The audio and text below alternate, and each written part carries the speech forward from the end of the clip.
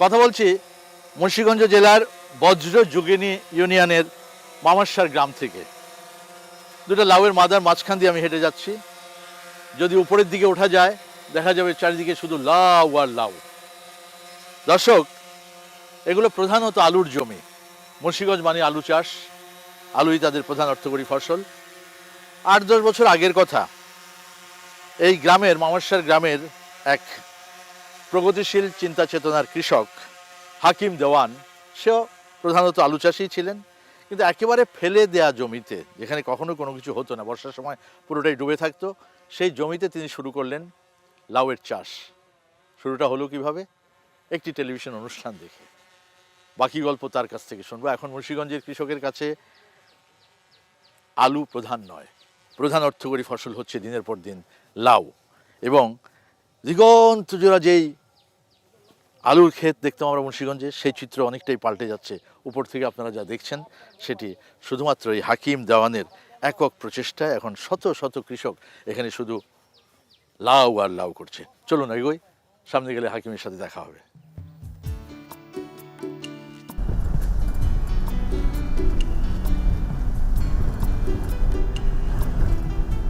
সব এলাকারই ভূমি বৈচিত্র্য পাল্টে যাচ্ছে। ওপর থেকে তাকালে এখন বিস্মিত হতে হয়।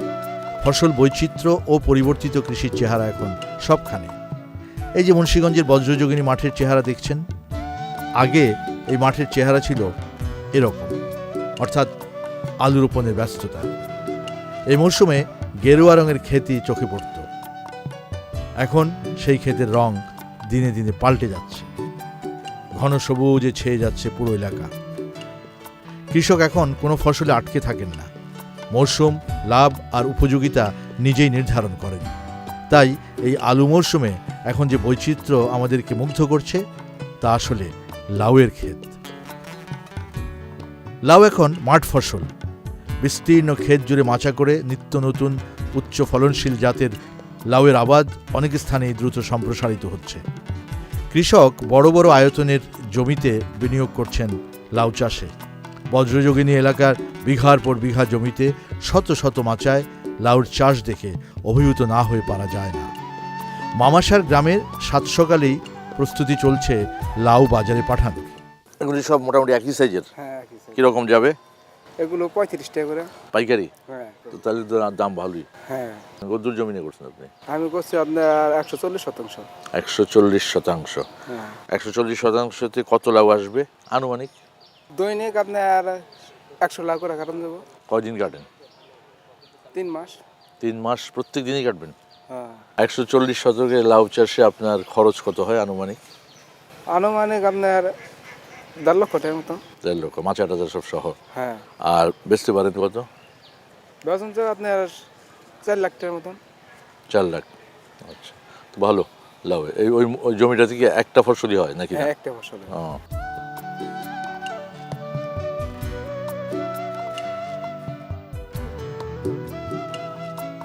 দর্শক বন্ধুরা, এখানকার এই লাউয়ের মাচার এই সমুদ্র দেখে আমার এই মুহূর্তে ময়মনসিংহের ফুলবাড়িয়ার বাবুলের কথা মনে পড়ল। বেকার ছেলে, পড়াশোনা করতো বিশ্ববিদ্যালয়ে, কিছু জমি লিজ নিয়ে, একেবারেই অকেজো জমি, যেখানে কোনো কিছুই হতো না, বন জঙ্গল ছাড়া, এগুলো ধাপের মতো একটু টিলা উঁচু নিচু, মধুপুরের গড়ের এক্সটেনশন হবে বোধহয়। সেখানে সে এরও মাচাতে লাউয়ের চাষ করলো। 2 বছরেই সে তার ভাগ্যের পরিবর্তন করলো। সে অন্তত না হলে 40 বিঘা এক টানা জমিতে লাউয়ের চাষ। সেই অবস্থাই হচ্ছে এই মামারসার গ্রামের, মুন্সিগঞ্জের। এখানে প্রত্যেকটা কৃষক, যাদের এক সময়কার অর্থকরী ফসল ছিল আলু, এখন এই আলুর জমিগুলো, এগুলো সবই আলুর জমি। লক্ষ্য করুন, এখন আর আলুর জমি নাই, লাউ আর লাউ। এই এক কৃষকের উদ্যোগে, যার দেখা দেখি পুরোটাই এখন লাউয়ের জমিতে রূপান্তরিত হচ্ছে। মাঝে মধ্যে কিছু কিছু কৃষক এখন পর্যন্ত আলু করছে। হয়তো ভবিষ্যতে আলু থাকবে কিনা আমার যথেষ্ট সন্দেহ আছে। একটা বিষয় বলে রাখি, বলা প্রয়োজন, বাংলাদেশের কৃষির চিত্র দিন দিন পাল্টে যাচ্ছে। এই পাল্টানোর গতিটা খুব তড়িৎ। যখন উত্তরাঞ্চলীয় জেলাগুলোতে কৃষক সুবিধা করতে পারছিল না সনাতনী ফসল করে, তখন তারা কিন্তু সেগুলোকে ফলের চাষের আওতায় নিয়ে আসলো। তখনই বারবার কথাগুলো বলছিলাম যে কৃষক তার নিজস্ব অর্থনীতিটা খুব ভালো বোঝে আপনার আমার চাইতে। মুন্সিগঞ্জ তো প্রধানত আলুর জায়গা, কিন্তু এগুলো আমরা চক বলি, ধুধু জমি আর জমি, তার ভেতরে শুধুই মাত্র আলু আর আলু হতো। কিন্তু এখন সেই জায়গাগুলোতে আলু গ্রাস করছে লাউ, লাউ গ্রাস করছে আলুকে। এই যে আরেকটা,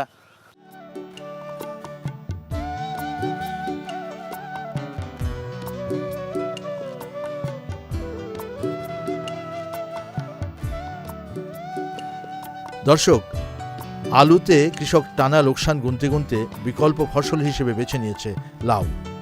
এখন যে বিস্তীর্ণ লাউয়ের মাচা, 2 মাস আগেও এগুলো ছিল ভাসমান ক্ষেত। দর্শক, দক্ষিণাঞ্চলের প্রাচীন চাষ পদ্ধতি, ভাসমান চাষ পদ্ধতির কথা নিশ্চয়ই আপনাদের মনে আছে। আমরা মাটিও মানুষ, হৃদয় মাটিও মানুষ এই অনুষ্ঠানে বহুবার এগুলো তুলে ধরেছি। আশার কথা হচ্ছে, ভাসমান চাষ পদ্ধতি ইতিমধ্যে জাতিসংঘের খাদ্য ও কৃষি সংস্থার বিবেচনায় দেশের একমাত্র ঐতিহ্যবাহী কৃষি পদ্ধতি হিসেবে স্বীকৃতি লাভ করেছে। টেলিভিশনের এই চাষ কৌশল দেখে নিচু জমিতে তা প্রথম অনুশীলন করেন এই এলাকার কৃষক হাকিম দেওয়ান। আমি প্রথম আপনার একটা অনুষ্ঠান দেখলাম। কোথায়? টেলিভিশনের মাধ্যমে। আচ্ছা। দেখার পরে আমি চিন্তা করলাম, কি অনুষ্ঠান দেখলেন? এই যে কৃষি দিবানিশি। তা তো বুঝলামই, হ্যাঁ, কিন্তু কি দেখলেন? এই কৃষি দিবানিশি যে আপনি ফসলাদি ভাসমান ইসের মধ্যে করছেন। দেখার পরে আমার, বরিশাল, হ্যাঁ, এরকম একটা জায়গার খেয়াল নেই, ওই জায়গাটার কথা যে আমার একটা খেয়াল আসলো যে স্যার যখন এটা করলো, দেখি আমি এটা চেষ্টা করি পারি কিনা। মানে পানির উপরে চাষ? পানির উপরে, হ্যাঁ। তারপরে এটা চেষ্টা করার পরে, কতদিন আগে দেখছিলেন এটা? প্রায় 8-10 বছর আগে। আচ্ছা আচ্ছা, এরকম আগে, অনেক আগে। আচ্ছা। আমি করতে আছি অনেক দিন ধরে। আচ্ছা। তার দেখার পরে আমি বাইরে বললাম, চলো আমার সাথে। কই আমি কি পানিতে নামো? কিসের জন্য? আমি এটা এই, মানে এই জায়গায় কি পানি ছিল তখন? হ্যাঁ, পানি, ওই দুন্দুলা বলে 4 ফুট পানি ওই জায়গায়। আচ্ছা। কই কি আমি এটা বিল আর কি? হ্যাঁ, বিলে, ওই বিলে হ্যাঁ। যে এটা চাপাও। হ্যাঁ। চাপাইতে যাবে, আমি ভুল করলাম। ভুল করার পরে কচুরি বানা চাপায় ভুল করলেন? ওই দুন্দুলা কচুরি পানা ওগুলি দিয়া চাপানোর পরে, তারপরে ওই লাউ চারা এরকম দামের মধ্যে করলাম, করার পরে ওটা লাগাই দিলাম। আচ্ছা। লাগানোর পরে দেখি পানির মধ্যে শিকড়গুলি বাহিরে যায়, কিন্তু ইনশাল্লাহ গাছের ক্ষমতা অনেক ভালো। হ্যাঁ। তো এই যে ঝাঁকা করলাম ইনশাল্লাহ খুব ভালো ফসল হইল। আচ্ছা। ফসল হওয়ার পরে এরকম কেউ আমার বলতো, শালা কি পাগল নাকি এই পানির মধ্যে এগুলি করে। একজন আমার বলতেছে, দেখেন কত পাগলের পাগল, কি পানির মধ্যে কি শুরু করছে। আমি আর ওনার সাথে তর্ক করি নাই, যে এটা আমার মনের আবেগ, এটা আমি করতেছি, দেখি আগামীতে কি হয়। যখন ফসল হইল, ফসলের পরে 2-3 বছর পর দেখা দেখির পরে সবাই আইসা ওই ক্ষেত্রের মধ্যে বসে থাকে, এরকম করে থাকে, ভাই ব্যাপার কি, এটা কি বাজে কি হয়, আপনি কি করলেন? আমি কি আল্লাহ দেওয়ার না মালিক, দেখেন আপনি রোগ করেন। এই চলছে ইনশাল্লাহ। বাহ, এই অনেক সুন্দর লাভবান ইনশাল্লাহ আমরা হইছি। আপনার দেখা দেখি এখন এই এলাকাতে কি পরিমাণ কৃষক, কি সংখ্যক কৃষক এরকম চাষ করে? কৃষক 30-35 জন আছে আমাদের এখানে। লাউ আর লাউ, লাউ আর লাউ। পদ্মা, মেঘনা, ধলেশ্বরী, ইছামতির তীরবর্তী পরিবাহিত এই উর্বর ভূমির মূল ফসল আলুর জায়গাগুলো একইভাবে পাল্টে যেতে শুরু করেছে। যেই হাকিম ভাই আগে শুধু একটু আলু টালু করতো, কোনো রকমের দিন যাপন করতো, এখন এই বজ্রযোগিনী ইউনিয়নের, অর্থাৎ মুন্সিগঞ্জের বজ্রযোগিনী এবং মামারসার গ্রামে এখন অধিকাংশ কৃষক লাউয়ের চাষ করছে। প্রতিদিন লাউ কাটছে এবং টাকাই টাকা। একদম ফেলে দেওয়া জমি ছিল এটা, না? হ্যাঁ, এগুলো ফেলে দেওয়া, কিচ্ছু হইতো না। না, এগুলি ওই যে ঘাস কুটা হইতো, গরু বাছুর খাইতো আর কি। লাউয়ের তলায় এখনো মাছ ধরতেছে। লাউয়ের তলায় মাছ এখনো ধরতেছে। হ্যাঁ, তাও পারবেন, কিন্তু নিচে মাছ চাষ হবে, উপরে লাউয়ের চাষ হবে। হ্যাঁ, দেখি ইনশাল্লাহ আগামীতে দেখি কি হয়। তো আপনি আমার সেই প্রোগ্রামটা দেখছিলেন, এটা বরিশালে, ভাসমান চাষ। হ্যাঁ, ভাসমান চাষ, ওইটা দেখেই আমার মাথায় এটা ঢুকলো যে ইনশাল্লাহ স্যারের এটা দেখি আমিও করতে পারি কিনা। আচ্ছা। স্যার যে বাজে দেখাইছে, খুব বুদ্ধিমান তো আপনি, মাশাআল্লাহ। আলহামদুলিল্লাহ, খুব ভালো ইনশাল্লাহ। তো আর এখন যারা যারা করছে তারা সব দোয়া করে আপনার লিগে? হ্যাঁ, অবশ্যই ইনশাল্লাহ সবাই দোয়া করে। জেলায় এবার প্রায় 200 হেক্টর জমিতে লাউয়ের চাষ হয়েছে, যার মধ্যে এই বজ্রযোগিনী ইউনিয়নেই আবাদ হয়েছে 35 হেক্টরে। আপনারটা দেখা সবাই করছে, সবাই করছে, আপনি প্রথম শুরু করছেন, আপনার লিগে সবাই দোয়া করে। আপনি কার লিগে দোয়া করেন? আমি সবার জন্য, সমস্ত মুসলমানের জন্য দোয়া করি। আপনার জন্য আমি দোয়া করি যে স্যারা তো জ্ঞানিক লোক, স্যারের সাথে যে আমি আপনার সাথে একত্র হয়ে আমি অনেক খুশি হয়েছি। আর আপনার এই অনুষ্ঠান দেখি তো স্যার আমি এই লাভবান, শুধু আমি না, হাজারো কৃষক হয়েছে। আচ্ছা। যার জন্য আপনাদের মতো মানুষ আমার সোনার বাংলাদেশের মধ্যে আছেন, মাশাআল্লাহ, সেই জন্য আমি অনেক গর্বিত। দর্শক, এইদিকে আবার দেখেন, দেখেন স্যার, লাউয়ের মাছ আর মাছ, যেদিকে যাই শুধু লাউ আর লাউ। এই যে দেখেন এদিকে কচুরি পানা খড় টর হাবি যাবি না জংলা, হ্যাঁ হ্যাঁ জংলা এটা যে এরকমই ছিল। কিছুই হইতো না, এরকমই নাকি ছিল? এলাকার মানুষ সবাই খুশি, আপনি আচ্ছা। যে মাটি পাড়া দিলেন আমরাও ধন্য। আচ্ছা। ইনশাল্লাহ আমরা অনেক খুশি স্যার। মাশাআল্লাহ, আমিও খুব খুশি। আমি তো ইনশাল্লাহ স্যার আপনাদের কাছে আগামীতে আসতে পারলে আমি আসবেন। নিজেই খুশি হই। না না আসবেন ইনশাল্লাহ স্যার। আমি বর্ষা মৌসুমে পুরো বর্ষা মৌসুমে এই শ্রাবণ ভাদ্র একটা হ্যাঁ। খেতি করুম আমাদের আছে, আশা আছে। ইনশাল্লাহ সম্পূর্ণ নৌকা দিয়া করুম। আচ্ছা, আল্লাহ নি আপনার বাঁচায় রাখে, আমিও বাঁচায় রাখি। ইনশাল্লাহ দোয়া করি আপনি আইসেন। এবার কোন দিকে যাব? এই যে দিকে যাই ওদিকে যাবো। লাউ আর লাউ। দর্শক কি দেখবেন, আমি যেদিকে তাকাচ্ছি শুধু লাউ আর লাউ। হ্যাঁ, দেখতেও কত ভালো লাগে, দেখেন কি সুন্দর। ওনাদের টাকা পয়সা ইনশাল্লাহ খুব ভালো আছে, তবে হ্যাঁ। খেতি করতে আছে। হ্যাঁ,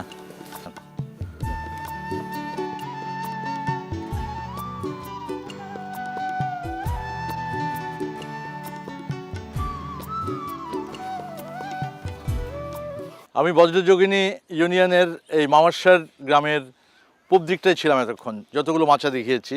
মূল রাস্তাটা যেটা গ্রামের ভেতর দিয়ে চলে গেছে, এবার যাচ্ছি পশ্চিম দিকটাতে। এই দিকটাতে লাউয়ের মাচার মানে সমুদ্র, যেদিকেই তাকাবেন শুধু লাউ আর লাউ।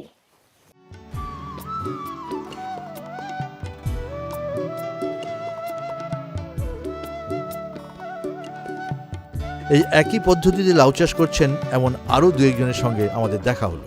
কি কি করেন খেতে গৃহস্থে? আলু, লাউ, মূলা, ডুলা। এখন কোনটা আপনাদের সবচেয়ে বেশি লাভ দেয়, লাউ না আলু না মূলা? না এখন বর্তমানে লাউটা সবচেয়ে বেশি। আচ্ছা।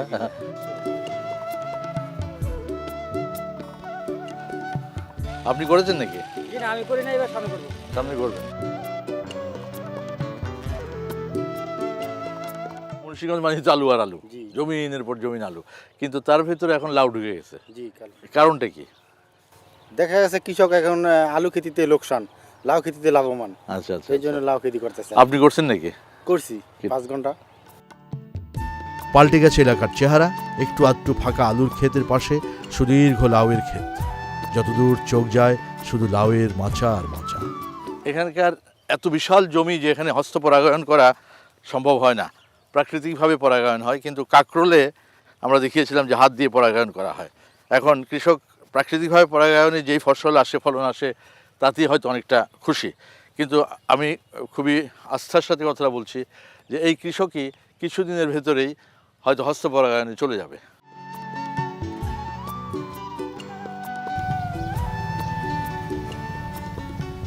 মাচায় ঝুলছে শত শত লাউ। একদিন পরপর বাজারে যাচ্ছে লাউ, আসছে নগদ টাকা। এলাকার প্রায় 50 থেকে 60 জন কৃষক এই আর্থিক সাফল্যের কারিগর। তাদেরই একজন ইয়াসিন আরাফাত বলছেন, লাউ আবাদের সুযোগ এই এলাকার কৃষকদেরকে বিপদ থেকে বাঁচিয়েছে। এখানে আমাকে মুন্সিগঞ্জ 6টা থানার ভিতরে আমি দেখি নাই কখনো লাউ খেতি। তা দীর্ঘ 6 থেকে 7 বছর আগে কিছু কিছু জমিনে আমাদের লাউ খেতি হয়, সেটা দেখতাম আমার হাকিম ভাইয়ের মাধ্যমে। আচ্ছা তা উনি যেভাবে রোপণ করতো সেই অনুসরণগুলো আমি করতাম। আচ্ছা। আর ওনার সঙ্গে আমার একটা ভালো সম্পর্ক আছে। আচ্ছা ওনার সাথে আলোচনা করতে করতে করতে করতে আমি কিছু আলু খেতি বাদ দিয়ে তারপরে লাউ খেতি করার পর আমি লাভবান। আচ্ছা, প্রথম লাউ বিক্রি করি 20 টাকা, পরে 65 টাকা। এরকম করতে করতে দেখি যে আলুর থেকে দ্বিগুণ লাভ, অনেক ভালো। তারপরে এবার আমি 140% করছি, আগামীতে 280% করব। আর লাউ খেতি করে আমরা এরকম একটা সুযোগ পাইছি যে আমরা আলু খেতি করলে সমস্ত চালান ভাদ্র থেকে শুরু করে আগামী বছর কাতি পর্যন্ত, মানে আলু বিকায় না বিকায় সেটা কোনো চিন্তা নাই, কিন্তু চালান যাইতে থাকে। লাউ খেতিটা করলে আজকে ক্ষেত জায়গা গেছে, কিন্তু 15 দিন পর হয়তো আমার টাকা করে আসতে থাকে। আর ওই টাকা দিয়ে আমি লাউয়ের যত্ন করতে পারি। আমার অন্য কোনো টাকা না, টাকা পকেটও আসতে থাকে। লাউয়ের ফলনের বিষয়টি মজার। ফসল আসতে শুরু করলে প্রতিদিন তুলতে হয় এই ফসল। দর্শক, আমি যাচ্ছি রিপন দেওয়ানের সাথে। তিনিও প্রচুর জমিতে লাউ করেছেন। মূলত তিনি হচ্ছেন আলু চাষি। স্যার এবারে যদি আমরা আলুতে মার খাই, তা আগামীতে এই জমি না আসে আলু দেখবেন না, সব দেখবেন লাউ। লাউ আমরা মোটামুটি ভালো লাভবান হয়েছি, আমরা লাউয়ের স্বাবলম্বী হয়েছি। লাউয়ে আমরা ছেলে মেয়ে লেখাপড়া করাইতেছি, লাউ দিয়ে আমরা নিজেদের সংসার চালাইতেছি, আমরা খুব ভালো আছি আলহামদুলিল্লাহ। তাহলে আপনাদের মুন্সিগঞ্জের যে ঐতিহ্য ছিল আলুর জেলা মুন্সিগঞ্জ, এটা আর থাকবে না? থাকবে না মনে হয় স্যার। কীভাবে থাকবে স্যার? লজিতে মানুষের টাকা থাকবে না, কোথা থেকে আমরা আলু রোপণ করবো? তাও কথা, টাকা থাকবে না তো আমাদের কাছে, আলু রোপণ করবো কীভাবে? আমরা তো মুন্সিগঞ্জের কৃষক সবাই মার খাওয়া, আলুতে সবাই মার খাওয়া। এই বছর মোটামুটি একটু মানুষের চালান পাইছে, আর এই যে পিছনে যে 5-7 বছর 10 বছর গেছে কোনো চালানই পায়নি কেউ। স্টোরে আলু রাখছে, কিন্তু আলু আনতে স্টোরে জানে মানুষ, ওই আলু আনিই নেই। ভাড়া দিতে হবে 200 টাকা, হ্যাঁ। 300 টাকা। হ্যাঁ। আলু আনতে যাবো কেন? আলু বিঘা 100 টাকা। এই যে আমি দেখতেছি উপর থেকে, হ্যাঁ, যে যত জমি আছে এগুলি সবই তো আলুর জমি ছিল। সব আলুর জমি। এখানে আলু ছাড়া হ্যাঁ। একটা পেঁয়াজও কেউ লাগাইতো না, একটা লাউ গাছও কেউ লাগাতো না। আর সে যে এখন উপর থেকে দেখতেছি খালি লাউ সবই আর- লাউ, এখন সবই লাউ। এবং বাড়তেই থাকে। বাড়তি থাকে, ভবিষ্যতে আরো বাড়বে।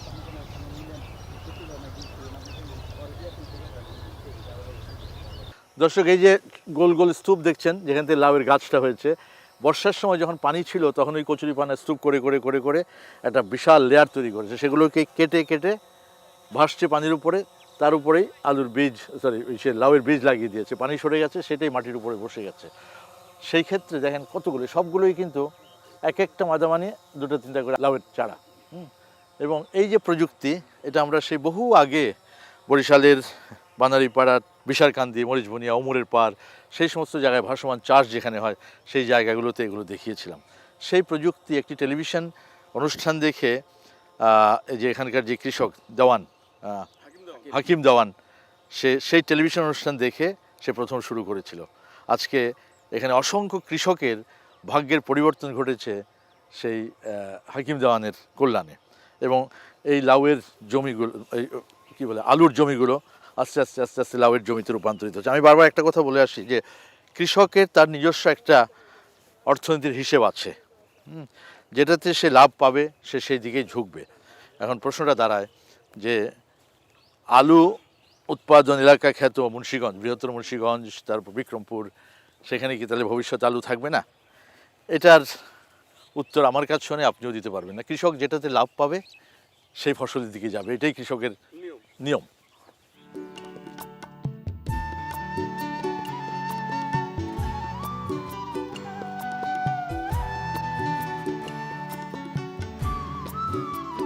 দু একটি ক্ষেতের ফলন নিয়ে আবার কৃষক সন্তুষ্ট নয়। কৃষক নুর হোসেনের লাউয়ের ক্ষেত হলুদ হয়ে গেছে। কাছেই ছিল কৃষি বিভাগের উপসহকারী কর্মকর্তা। বিষয়গুলো নিয়ে কথা হলো কৃষক ও এই মাঠ কর্মকর্তার সঙ্গে। এই যে পাতাগুলো আপনার মরে যাচ্ছে, এটা কেন হয় জানেন? এই যে ওগুলো মরে গেছে, এগুলো মরে গেছে, হ্যাঁ, এগুলো হয় কেন? গত বছর হয়েছিল? হ্যাঁ, এগুলো স্যার একটা ব্যারাম, বুঝছেন? হ্যাঁ। কিন্তু ওষুধ পানি দিতে আসি, তারপর মানে এটা সারতেছে না। কৃষি বিভাগে জিজ্ঞেস করেন না? আপনার যে সেলিম সাহেব যে আছে, কৃষি অফিসার, ওনারা দেখাইছেন? আসে এরা ওষুধের নাম বলে আইনা দেয়, মানে একটু কমে, আবার বলে। আবার জিনিসটা দেখা গেছে ওষুধ একটু দেরি হইলে মানে জিনিসটা আবার বাইরে যায়। গত বছর হয়েছিল এটা নাকি এইবারই প্রথম দেখলেন? এটা প্রতি বছর মানে একটু হালকা পাতলা হয়, ওষুধ দিলে আবার ভালো হয়ে যায়। বলেন, এই সমস্যাটার সমাধান তো ওষুধ দিলে হয়, আবার বেড়ে যায়। এই ওষুধটা হলো নিয়মিত দিতে হবে। এটা ওনারা কি করে, একবার দিয়ে পরবর্তী দ্বিতীয় যে ডোজটা, এটা ওই ডোজ খিলাপটা করে না, আচ্ছা। এই জন্য এই প্রবলেমটা থেকে যায়। কি এটা কি? এটা হলো পুরা রোগ। পুরা রোগ? জি জি, ছত্রাকজনিত রোগ। ছত্রাকজনিত কেন হয় এটা? এটা এই ছত্রাকের আক্রমণের কারণে আচ্ছা হয়। আচ্ছা, তো ছত্রাক আর যাতে বয়স্ক পাতার মধ্যে এটা বেশি হয়, বয়স্ক পাতা হয় হলে এটা হয়। ও আচ্ছা, কিন্তু পাতাটা কেটে দিলে, বয়স্ক পাতাগুলো কেটে দিলে এই সমস্যাটা হবে না। এলাকা জুড়ে এই ক্ষেত থেকে লাউ কাটা আর তা বাজারে নিয়ে যাওয়ার প্রস্তুতি। ছোট লাউ তো এগুলি তো অনেক সুন্দর লাউ, তো অনেক তো ভালো। একেবারে তো কচি। সাপ্লাই দিতেছি না লাউ, কোথায় দিচ্ছেন? সাপ্লাই ওই লোক আসে, ওনারা বলে লন্ডন নেই, আমার বিদেশে যায়, বিদেশে। বিদেশ নেই। আচ্ছা, ওনারা খেতে তাই শুনিয়ে প্রতি বছরই ক্ষেত্র থেকে আসে। উনি এক লোক আমার থেকে সাপ্লাই নিত 50-52 টাকা করে। প্রথম যখন আমি এই গৃহস্থিটা শুরু করি একা, নেওয়ার পরে উনি বললো, ভাই এ কী করছেন? আমাদের এত উঁচা জমি, আমরা লাউ করতেছি না, আমি সাপ্লাই বিদেশে লাউ দেই, কিন্তু আমি পারতাছি না। উনি করছে কি, এখান থেকে দেখা যায় ওই জায়গার মধ্যে আবার প্রশিক্ষণ আরম্ভ করে দিছে। এখন ওই থেকে বহুত লাউ আমার এখানে আসতেছে, ওই জায়গা থেকে। আগে যেখানে ওই জায়গায় লাউ যাইতো, ওখান থেকে এখন আসে। ওই দেখে গিয়া। এটা কত যাবে বাজারে আজকে? এই যে 30-32। দর্শক, একবার কচি লাউ বলতে যেটা বোঝায়, এই জমিন থেকে এখনই কাটা। আমরা কি করি, বাজারে গিয়ে লাউ কিনতে গেলে প্রথম লাউটা ধরি, হ্যাঁ, ধরার পরে কি করি, লাউয়ের কোনো একটা জায়গায় দেহের ভিতরে নখটা এভাবে ঢুকিয়ে দেই কিরকম থাকে এবং বুঝি এটাই বোধহয় কচি লাউ। এটাই হচ্ছে মানুষের একটা ধারণা। ধারণা এবং এক ধরনের প্র্যাকটিস বা পরীক্ষা বা ইমোশন, যেটাই বলি না, এটাই হচ্ছে কচি লাউ। কৃষি বিভাগের দাবি 35 হেক্টর লাউয়ের আবাদ থেকে কৃষক আলুর চেয়ে প্রায় 3 গুণ বেশি লাভ পাচ্ছেন। পার হেক্টর জমিতে এখানে 32 মেট্রিক টন আলু হয়। এভারেজে 10 টাকা হিসাবে 1 কোটি 10 লক্ষ টাকা এই আলুর থেকে তারা অর্থ উপার্জন করত। কতটুকু জমি? 35 হেক্টর জায়গা। আচ্ছা। এই 35 হেক্টর জায়গায় এরা এখন লাউ চাষ করতেছে। এই লাউ চাষ করে প্রায় 3 কোটি টাকা এরা এই অর্থ উপার্জন করতে পারছে। প্রিয় দর্শক, কৃষিক্ষেত্রে বহুমুখী পরিবর্তন সাধিত হচ্ছে। নানামুখী গবেষণা সম্প্রসারণের পাশাপাশি উন্নত বীজ কৃষকের হাতে পৌঁছে যাওয়ায় পাল্টে গেছে কৃষির সব হিসেব নিকেশ। বলা বাহুল্য, গণমাধ্যমের প্রচারণাও দারুণভাবে প্রভাবিত করেছে কৃষককে। সম্ভাবনা বুঝেই বিনিয়োগে সাহসী ও আগ্রহী হচ্ছেন কৃষক। নতুন নতুন পদ্ধতি প্রয়োগে যথেষ্ট উৎসাহ ও আত্মবিশ্বাস তৈরি হয়েছে আজ। মুন্সিগঞ্জের কৃষি বৈচিত্র্য তারই এক সফল দৃষ্টান্ত। কৃষকের এই সাহসী উদ্যোগগুলোকে এগিয়ে নিতে সময় উপযোগী সম্প্রসারণ সেবা ও বাজার সুবিধা নিশ্চিত করা প্রয়োজন, যাতে কৃষক তার কাঙ্ক্ষিত লক্ষ্যে পৌঁছে অবদান রাখতে পারে কৃষি অর্থনীতিতে।